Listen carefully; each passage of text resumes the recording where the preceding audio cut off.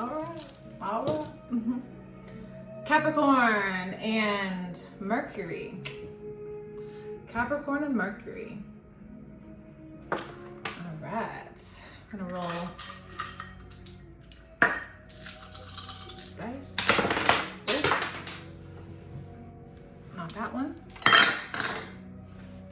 So we got number 2. And I don't know anything about D&D about these dice, so we'll just go with that.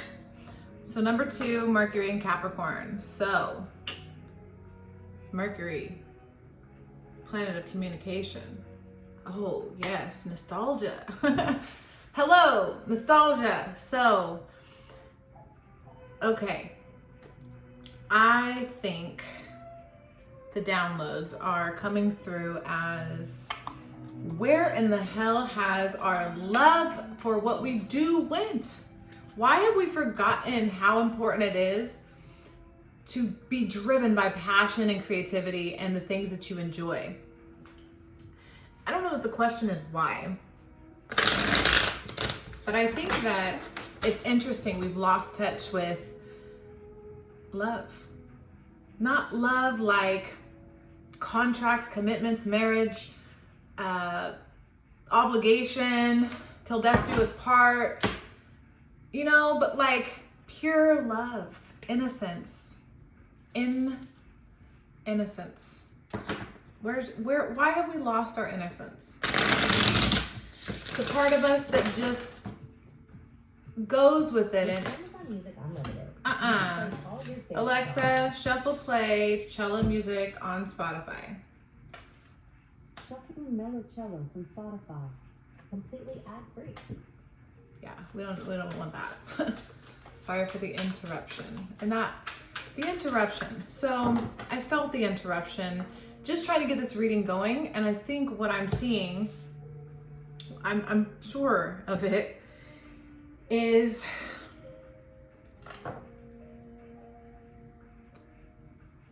peace. What is peace? Peace is that inside knowing that this is what we want to do. This is like where we want to be, what we want to have, what we want to do, what we love, like expression, joy, not rushing and hustle and bustle and do and oh my gosh, there's a time and place for doing things. Look at this card. It's like an extreme need to get moving. We have such an extreme need to move, to do, to have, to be, to keep up, right? To keep up. But the thing is, what does your inner child think about that? How does your inner child feel about that? Number 2. Let's think about that. What is number 2? Number 2 is our connection with others and our possessions and the things around us. It's like we have such a need to accommodate and to please and to fit in. And no, that's not how to communicate your uniqueness or your separateness. To cooperate and to be a part of a team is beautiful and great for many reasons. There's so much greatness in that. But do you think star football players or professional athletes or anybody that's on teams that work together don't try their absolute best to be the most excellent version of themselves that they can be? To separate themselves, it's like they're competing, but they're competing with themselves. To be in a group, to be a part of it all. We don't want to be the best or be separate or be unique so that we can climb on top of a mountain and be all by ourselves. The goat, the mountain goat, Capricorn. Makes so much sense now. Capricorns, what's up? Yes, communicate yourself, the goat, to climb the mountain and to be the anomaly, like to be unexpected. What's the unexpected part of your life, you know? Oh. how do you express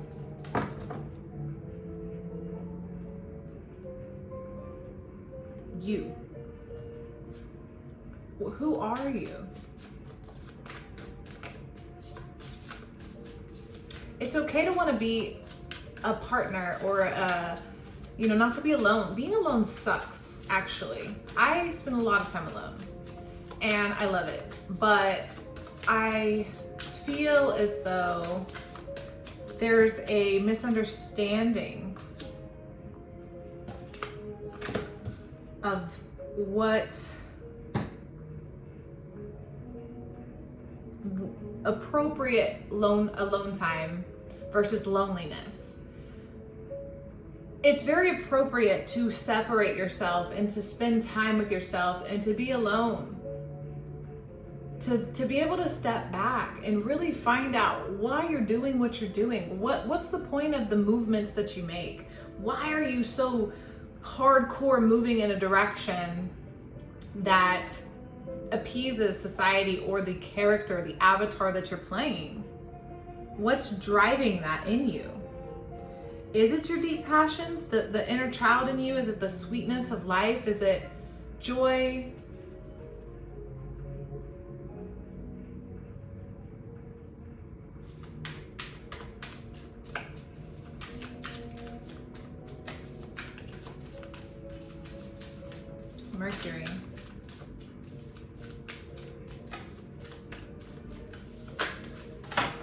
Mercury. Mercury, Venus, Earth, Mars, the closest planet to us. Communications. Communication. Technology. Oh. Didn't ask for all that.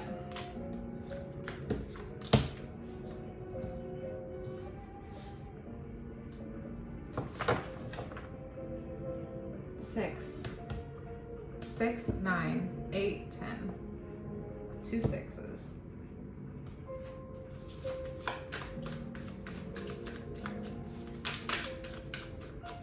What choices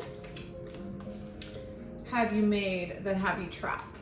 That have you stuck in a loop, in a cycle, in cyclical, repetitive decisions that you made in the past that you don't know why you're still making?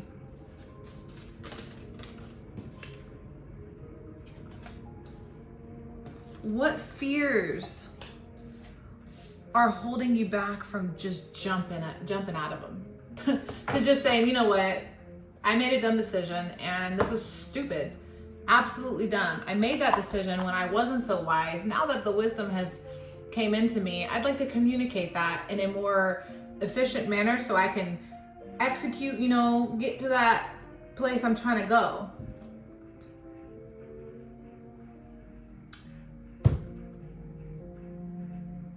I feel like depression and anxiety and sleep issues, disturbances, stress, mental health is in a crisis right now. And the communication of that is needed. We need to talk about it. We need to be real. We need to be like Joker 2018 and be like, do you even hear what I'm saying? Like, are you paying attention? How do we not know this is what's, and there's an issue. There's a real problem in the world. And the way that we communicate with each other and the way that we communicate our individuality and what actually makes us happy.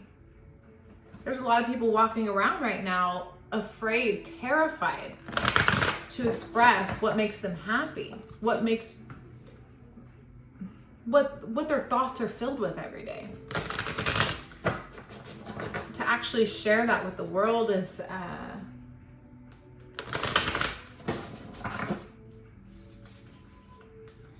it's plaguing us, but it's forcing a destroy. I literally said just we need to destroy that mindset, mentality, and the destroyer came out, and the nectar, because the nectar is the innocence, that joy, the nostalgia. I'm telling you, there's this feeling of deep remembrance of being little bitty and wanting to just explore And then as we become older,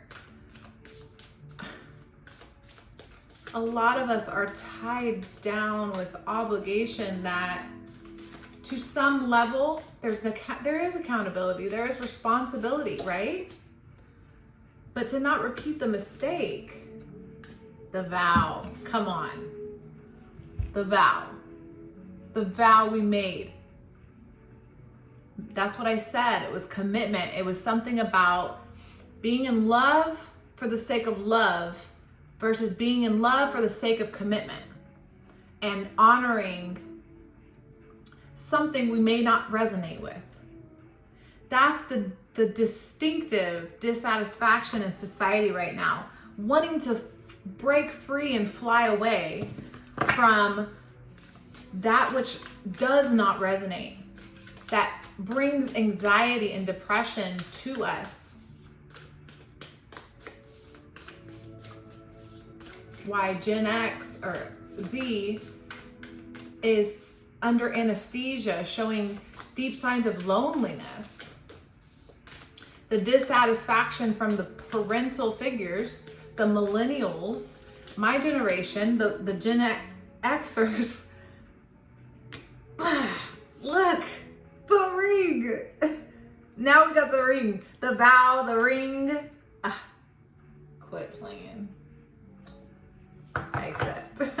I accept the challenge.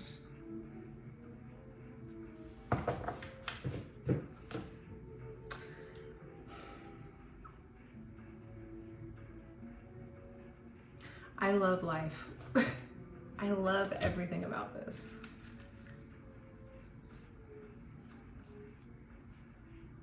Yes.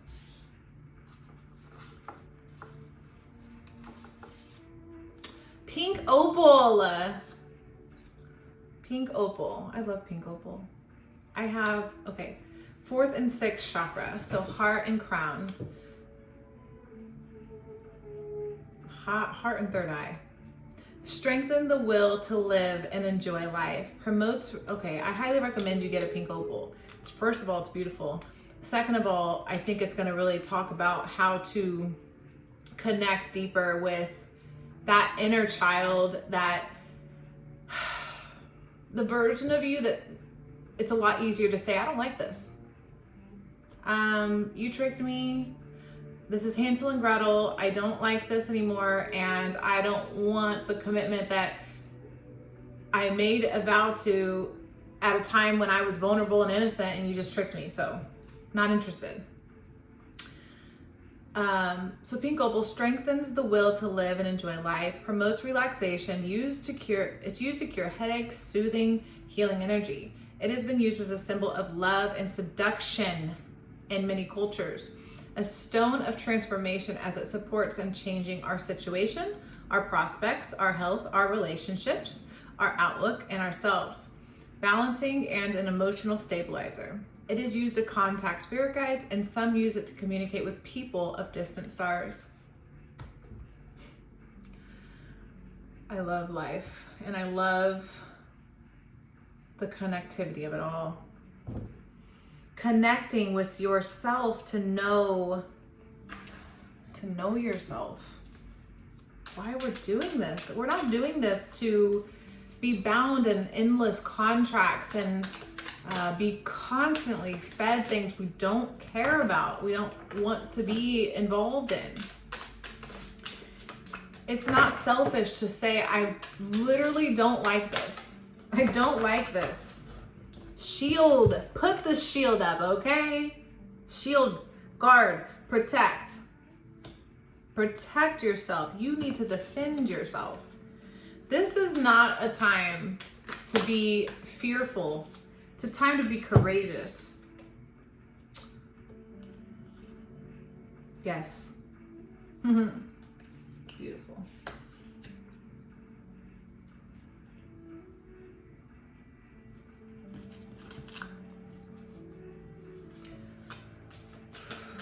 If you can't sit in silence, it's because in the silence you hear the truth. And if the truth is that terrifying for you, to sit in the stillness is gonna feel like pins and needles all over your body. It's going to feel like anxiety and uncomfortable.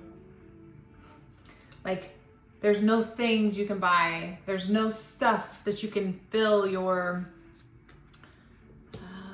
soul's yearning for with. It's really about letting go of things and not, spiritual love. Love, it is about doing what you love spiritually in your heart, and you know why you spend your time doing this thing, why you can't be another way, why it's so difficult for your being to change. Look, moon, changes in your life. Quit playing. I literally love this. Calm down. I'll get way too excited. Okay, so let's review. Let's see what's going on here.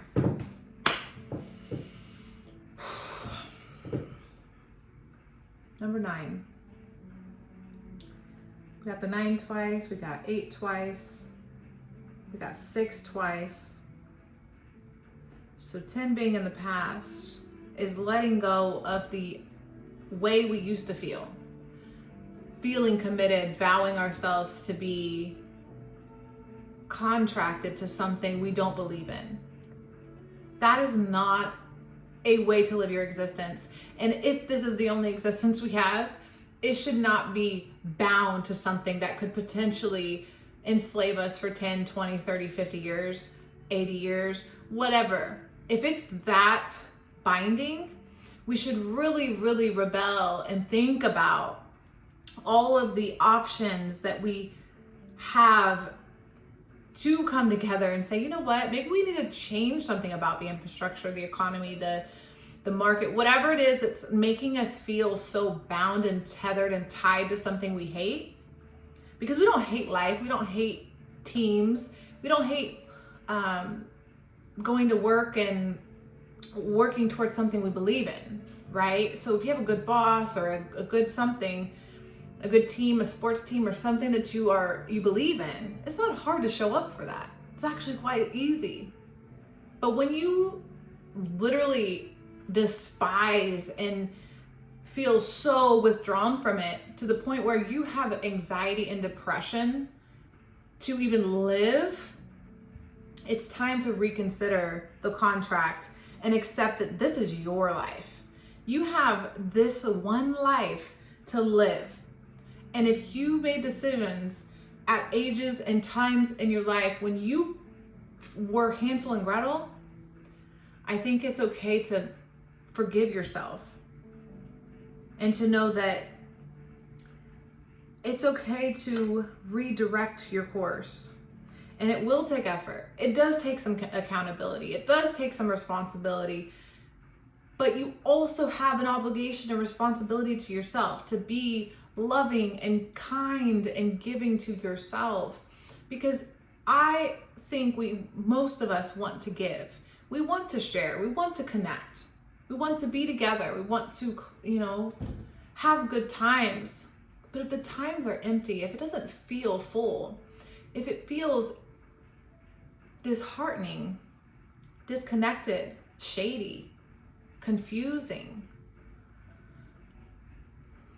if we don't even know why we're doing it, why we meet up in these circles, like why do we meet up in these loops, then what's the point?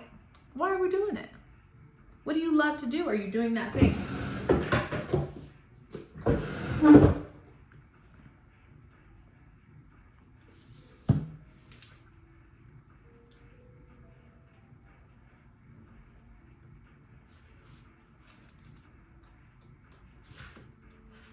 Guys, I'm a little slow. Okay? Reading and following directions is not my strength. Where is...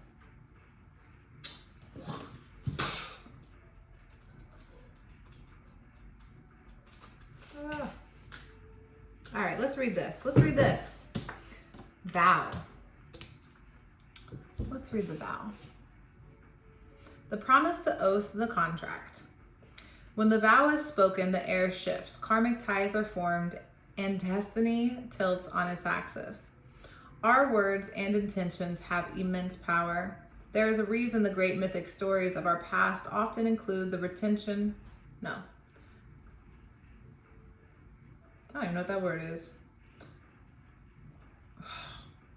Recitation? Resection? I don't know. Of oaths and the mixing of drops of blood as a mark of union. The tricky part is that reciting the vow, no matter how casually, activates the eternal and unseen forces of the world. The ancestors bear witness, the laws of nature respond, the promises cannot be unsaid or forgotten, so breaking them can leave lingering complexities and loose ends. This card calls us to acknowledge the vow we are living by, consciously or unconsciously, and either recommit to it or create a ritual that signifies its closure. You've been underestimating the power of your promises. Beautiful. If you're committed to something you love and that you want to be a part of, commit, recommit, reestablish. If you're ready to uncommit, to redirect, it's saying create a ritual, a vow, a reestablishment of, terminating the contract. I feel like there's beautiful aspects of tradition and contracts that protect us and keep the structure of the world up in a way that we need it to be. We need certain structures and organization that my mind certainly can't fathom, but I recognize its value and I accept that, I have to exist in somewhat of a box. I get it. Some of that's okay. What I want to see more of in the world is more people shielding themselves and guarding themselves from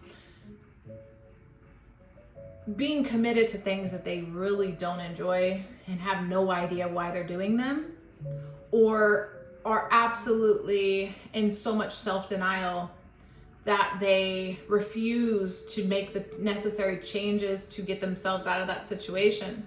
It helps us so much to really be in tune with ourselves before we commit to so much external stuff, or else we slowly die, just slowly and painfully and just destructively. We get into things that we don't even want to be involved in, and it just keeps becoming worse and worse. So that's what I have today. Thank you so much. That was beautiful. Thank you.